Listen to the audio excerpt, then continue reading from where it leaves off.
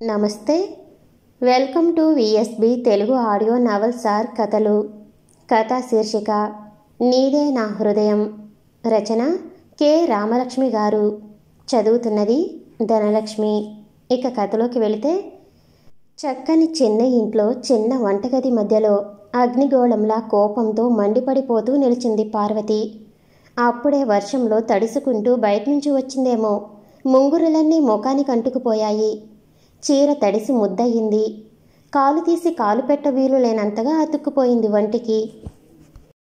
పక్కగది మధ్యలో వెచ్చదనం పడుతూ ప్యాంటు జేబులో ఒక చెయ్యి, రెండో చేత్తో 2 పుస్తకాలు పట్టుకుని, ఔరా ఎంతటి అల్పత్వం అన్నట్లు ఉన్నాయి చూపులు, నోటి తీరును.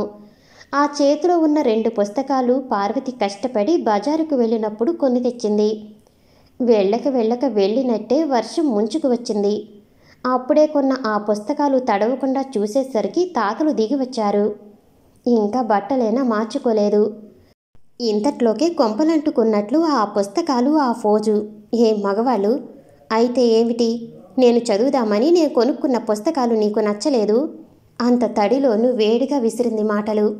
వెచ్చగా గోవపెట్టలా కూర్చున్నావు చాలక అట్ట మీద బొమ్మలు చూసి కొన్నాననుకున్నావా? నువ్వు చదవటానికి కాదుగానే కొన్నది.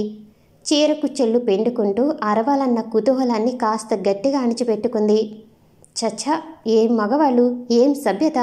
నేనేం చదివితే తనకెందుకు, ఏం ఏడిస్తే తనకెందుకు? స్వాగతం పలుక్కుంది. అది కాదు పార్వతి, నేను చెప్పబోయేది. ఓస్, నువ్వేం చెప్పక్కర్లేదు. తుఫానులా ఆ గదిలోంచి తప్పించుకుపోదామని అడుగు వేయబోయింది. తడిచీర నడవనీయలేదు. నిన్నటికి నిన్నను అంతే వెధవది. 3 నయా పైసల స్టాంపుల కోసం నానా గొడవ చేశావు. పెద్ద దొంగతనం చేసినట్టు ఆరాలు తీశావు. నే రాసిన ఉత్తరాలకి అంటించటానికి నీ దగ్గర కొట్టేశానన్నావు. నువ్వెప్పుడు అంటావుగా, స్టాంపులెప్పుడు తీసినా జ్ఞాపకం చెయ్యి, తిరిగి కొని పడేస్తాను, అవసరానికి ఉండవు. అందుకనేగా జ్ఞాపకం చెయ్యబోయాను. చేతిలో పుస్తకాలు ఇటూ అటూ తిప్పుతూ సగం స్వాగతంగా అన్నాడు కృష్ణమూర్తి. వెధవది. గరుకుగచ్చు అన్న సంగతి మరిచి, కాళ్ళకి జోళ్ళు లేవన్నది మరిచి కాలు నేలకి కొట్టింది కోపం ప్రదర్శించాలని పార్వతి. అబ్బా అనక తప్పలేదు. గోరు చుట్టు మీద రోకటిపోటు. ఈ దెబ్బ వస్తున్న కోపాన్ని రెచ్చగొట్టింది. అదిగో అదే వద్దన్నాను. ఎప్పుడు అంటావు అంటూ ఓ ఇదైపోతావు. ఎప్పుడు దీనితోటే నాకు పిచ్చెత్తిపోతుంది. మొగుడు పెళ్ళాలిలా అస్తమాను ఎప్పుడు అనుకోకుండా ఉంటే తక్కువ విడాకులుంటాయట. వ్యంగ్యం ధ్వనించింది. షాక్ కొట్టినట్టు 2 అడుగులు ముందరికి వచ్చాడు కృష్ణమూర్తి. అది గమనించినట్టే నిలబడింది పార్వతి. అవును, మనకి పెళ్ళయి 8 ఏళ్ళయింది. అయినా నేను చేసిన ప్రతి పని నువ్వు విమర్శించటం, దెప్పటం మానలేదు. ఎప్పుడూ నన్ను అర్థం చేసుకోలేదు. ఎప్పుడూనా? సన్నగా నవ్వబోయాడు కృష్ణమూర్తి. ఏదో నవ్వేసి నవ్వించేసి ఇదంతా హాస్యానికి అనేకు కృష్ణ. దేన్ని పట్టించుకోకుండా ఊరుకుంటున్నాను ఇంతకాలం. కానీ ఇక లాభం లేదు. నేను బేరీజు వేసుకోవాలి. గోడనున్న అద్దంలో తన ముఖం చూసుకుంది పార్వతి. వర్షంలో తడవటం వల్ల కోపం చేత బుగ్గలు కందాయి, కళ్ళు మెరుస్తున్నాయి. జుట్టు తడిసి అంటుకుపోయింది నుదుటి మీద. గడ్డం పైకెత్తి పెదవులు బిగించింది పార్వతి. వెళ్ళి చిన్నపిల్లలనేలా కీలుబొమ్మలా ఆడించు, టోకరా కొట్టించు, నమ్మించు, నన్ను కాదు. దయచేసి హాల్లోకి వెళ్ళిపో అంటూ బాత్రూంలోకి దారి తీసింది. తడిసిన చీరతో కష్టపడి నడుస్తుంటే వెనుక నుంచి చూడ్డానికి ఎంతో అందంగా కనిపించింది కృష్ణమూర్తి కళ్ళకి. మామూలు మూడ్స్లో ఉంటే ఆమాంతంగా వెళ్ళి కౌగిలించుకునేవాడు. విసుక్కోకుండా, తోసేయకుండా తను కౌగిలించుకుని అతని తలని గుండెలకు అదుముకునేదే పార్వతి. కానీ కాలం కలిసి రాలేదు. అందుకు చింతిస్తూ హాల్లోకి వెళ్ళిపోయాడు కృష్ణమూర్తి. మర్నాడు పనిలోంచి ఇంటికి చాలా హుషారుగా వచ్చాడు కృష్ణమూర్తి. ఇంటికొచ్చి పడ్డం ఎంతో సంతోషకరమైన సంగతో పార్వతికి తెలియాలని అతని కుతూహలం. ఈ ఇల్లు, వాకిలి, పెళ్ళాం, పిల్లలు ఎంత గర్వింపదగ్గ సంపాదన అని ఛాతి విరుచుకున్నాడు. జేబులోంచి మల్లెపువ్వుల పొట్లం అతి జాగ్రత్తగా తీసి చేత్తో పట్టుకున్నాడు. అదో అమూల్యమైన వస్తువుగా అతి భద్రంగా పట్టుకుని వంటింటి గుమ్మంలోకి వెళ్ళాడు. అప్పుడే చీర చెంగుతో చేతులు తుడుచుకుంటూ ఇటు తిరిగింది పార్వతి. ఇదిగో శాంతి చిహ్నం. పుస్తకాల పట్ల మోటుగా ప్రవర్తించాను. ఏం అనుకోకు పార్వతి అంటూ చేయి చాచాడు. ఇక లాభం లేదు అన్నట్టు నవ్వుతూ చాలా థ్యాంక్స్. ఇవి కొని తెచ్చిపెట్టావు మర్చిపోకుండా. ఇంకా ఏదో అనబోయింది మధ్యలోనే. అలా అంటావేమిటి? నీకివి రోజూ ఇవ్వాలి. ప్రతిరోజు నీకిక మీదట పువ్వులు తెస్తాను. వద్దను కదూ అంటూ ముందుకు వంగి కళ్ళు మూసుకున్నాడు కృష్ణమూర్తి. స్పర్ధలన్నీ మరిచి ఓ ముద్దు పెట్టకపోతుందా అని. బహు నేర్పుగా ముందుకు వచ్చిన ముఖాన్ని తప్పించుకుంటూ పక్కకి వెళ్ళి పువ్వుల పొట్లాన్ని పోపుల డబ్బా మీద పెట్టింది పార్వతి. జాపిన చేతుల్లోకి ఎవరూ చిక్కక బోర్లా పడ్డంత అవమానం అనిపించింది కృష్ణమూర్తికి. ఏం పార్వతి, ఏమైంది అలా ఉన్నావు అన్నాడు తేరుకుంటూ. ఏం లేదే ఎంతో తేలికగా అనేసింది. ఏదైనా చెప్పాలనుకున్నావా అంటూ పొయ్యి మీద గిన్నెను దింపి ఇంకో గిన్నెను ఎక్కించే పనిలో నిమగ్నమైపోయి ఇటు చూడనే లేదు. స్టవ్ వెలుగు గమ్మత్తుగా ఆమె బుగ్గల మీద జుట్టు మీద పడుతుంది. ఆ చీకటి వెలుగులతో పార్వతి చాలా అందంగా కనిపించింది కృష్ణమూర్తి కళ్ళకి. కానీ ఏం లాభం అనుకుని నిట్టొచ్చాడు. అంతా రెడీ అంటే పెందరాడే భోజనం చేసేద్దాం. కొంచెం కాగితాలున్నాయి చూసుకోవాలి. ఓ దానికేముంది, తినేస్తే సరి అనేసి ఊరుకుంది పార్వతి.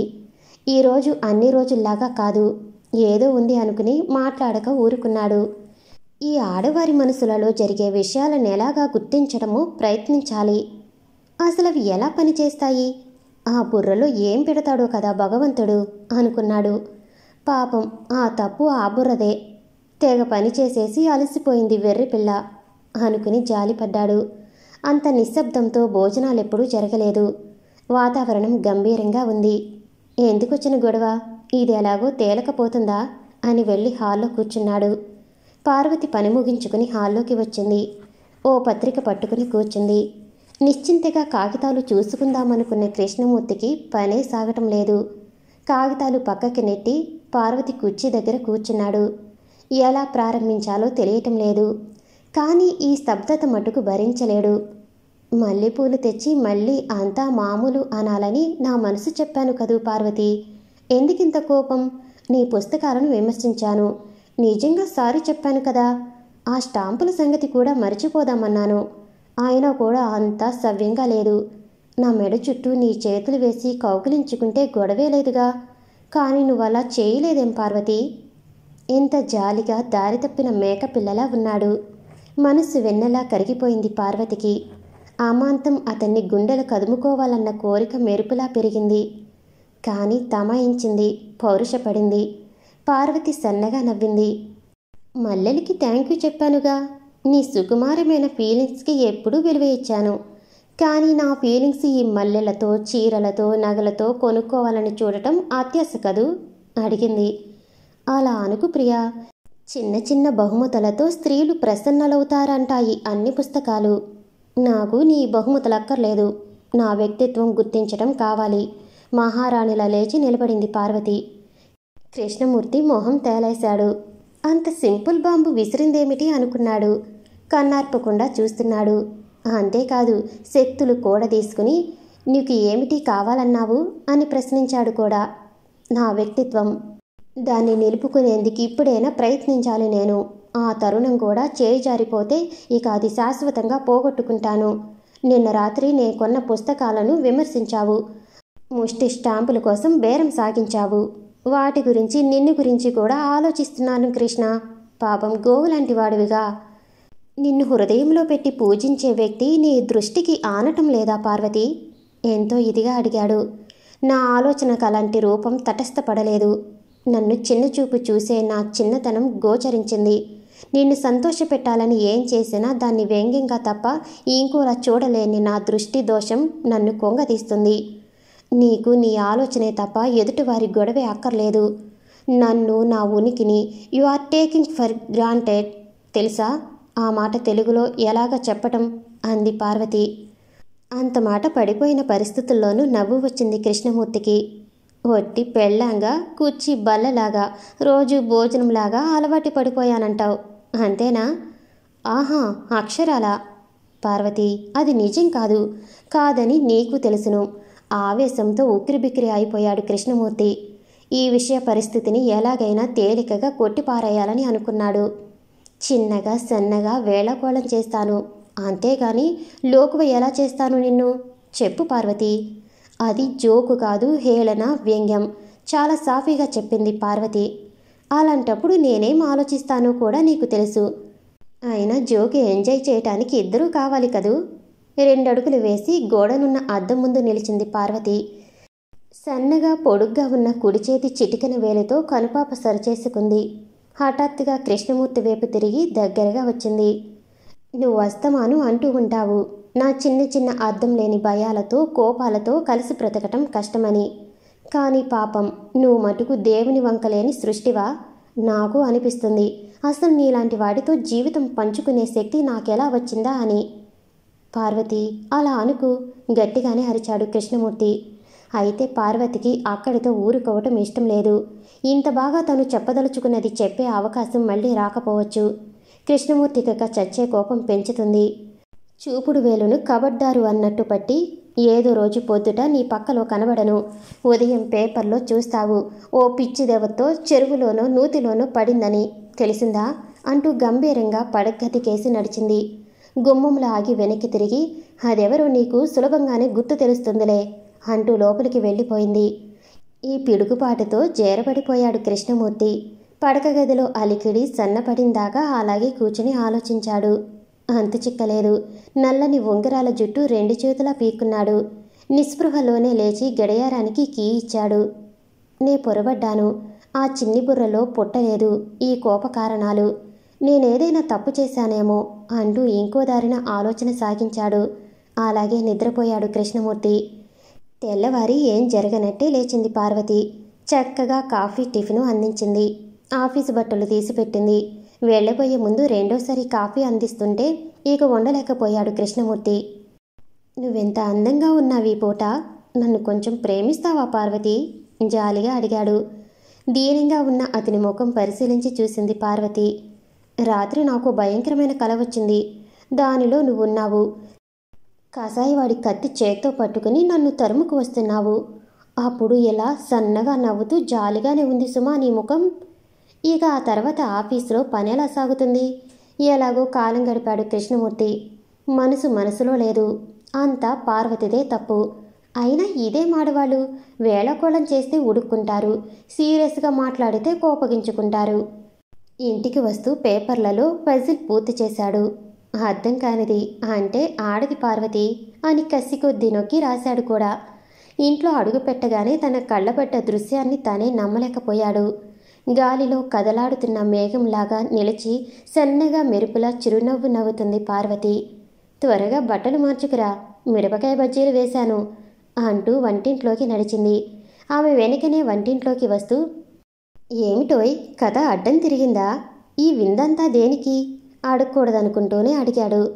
రామ విందా? నీకు నిండైన భోజనం సదుపాయాలు సమకూర్చకపోతే నా విధి నిర్వర్తించనట్టు. ఈ విషయాలలో లోటు రానివ్వటం ఇంటి యజమానిగా నీ వ్యక్తిత్వాన్ని కించపరచటం కదూ నవ్వింది పార్వతి. ఓ, వ్యక్తిత్వం స్టేటస్ బేస్ మూలిగాడు కృష్ణమూర్తి. మధ్యాహ్నం మహిళా మండలిలో ఒక టాక్ విన్నాను. చాలా బాగుంది. ఇంట్లో స్త్రీ స్థానం, మొత్తం మీద ప్రపంచ విషయాలన్నిటిలోనూ స్త్రీల ప్రతిపత్తిని గురించి గమ్మత్తుగా ఉంది సుమా. మాట్లాడే ధోరణిలో సాగించింది పార్వతి. ఓ, నిట్టూర్చాడు కృష్ణమూర్తి.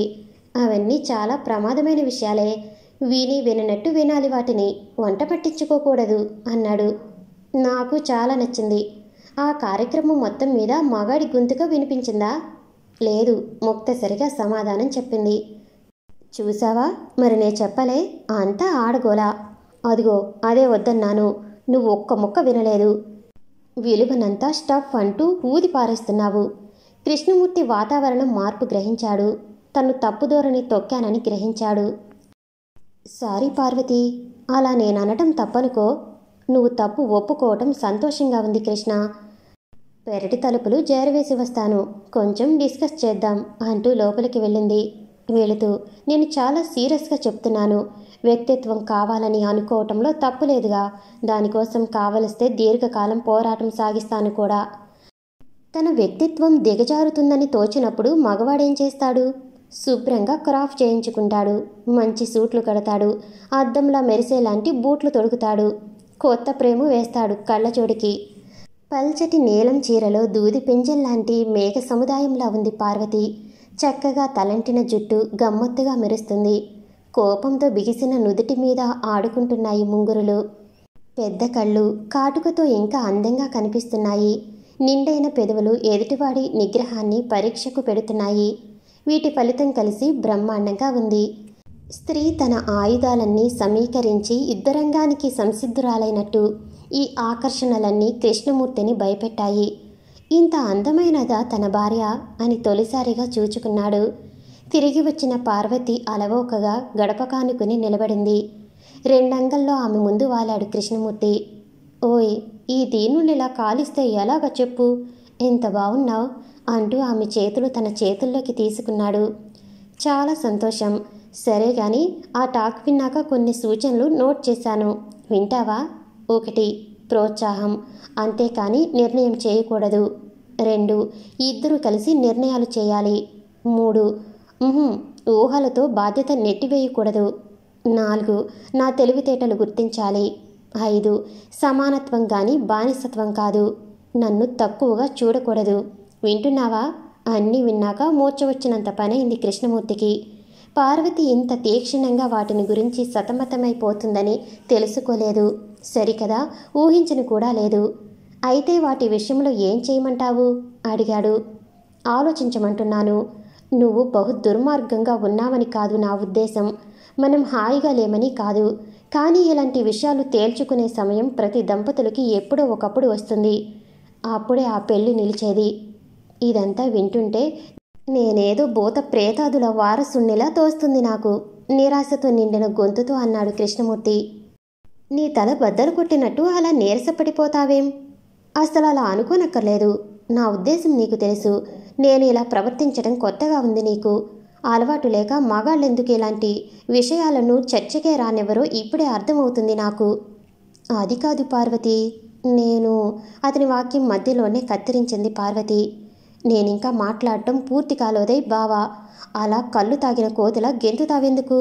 నా మాటలు వినటం, వాటికి సరిగా బదులు చెప్పటం అలవాటు చేసుకో, ఇలా తప్పించుకునే కంటే అంది. అటూ ఇటూ తిరుగుతున్న వాడల్లా నిలబడ్డాడు కృష్ణమూర్తి. అబ్బబ్బా పార్వతి, నువ్విలా ఉంటే నాకేం బాగోలేదు. నువ్విలా ఏమీ తెలియని దానిలాగా, శుద్ధ ఆడదానిలాగా ఉంటేనే బాగుంటుంది. నేను కొనుక్కున్న పుస్తకాలు, నేను తీసుకున్న స్టాంపులు ఈ సంఘటనలకు ముందరనా నీ ఉద్దేశం? రెచ్చగొట్టింది పార్వతి. నీ ప్రతి మాట చట్టంగా గుర్తించినప్పుడా? ప్లీజ్ నన్నొక్కసారి కౌగిలించుకొని అన్నీ మరిచిపోదాం రా పార్వతి అంటూ 2 చేతుల్లోకి పార్వతిని తీసుకున్నాడు కృష్ణమూర్తి. అది న్యాయం కాదు కృష్ణ. నేను నీతో వాదిస్తున్నప్పుడు కౌగిలించుకోవటం న్యాయం కాదు. మాటలికి తడుముకుంటూ నాలో బలహీనతని ఆధారంగా చేసుకుని లోకువ చేస్తున్నావన్నమాట అంది. సరే, నువ్వే గెలిచావు. రా పోయి పడుకుందాం. చేయి పట్టుకుని పడకగది వైపు దారితీశాడు. పార్వతి ముఖం గమ్మత్తుగా ఉంది. ఏదో తెలియని బాధ ఆవరించిందామె కళ్ళల్లో. చూడు కృష్ణ, నేను అడిగిందేం ఎక్కువ కాదే. నా మీదేదో హక్కున్నట్లు కాకుండా నన్నెందుకు కొంచెం ప్రేమించి, కొంచెం లాలించి గెలుచుకోకూడదు? నా వ్యక్తిత్వానికి తగిన గౌరవం ఎందుకు ఇవ్వకూడదు? జాలిగా ధ్వనించాయి పార్వతి మాటలు. అది చాలా సులభం పార్వతి. ఇప్పుడే మొదలు పెడతాను. ఆలస్యం అమృతం విషం అన్నాడుగా. నవ్వుతూ నడుం చుట్టూ చేయి వేశాడు కృష్ణమూర్తి.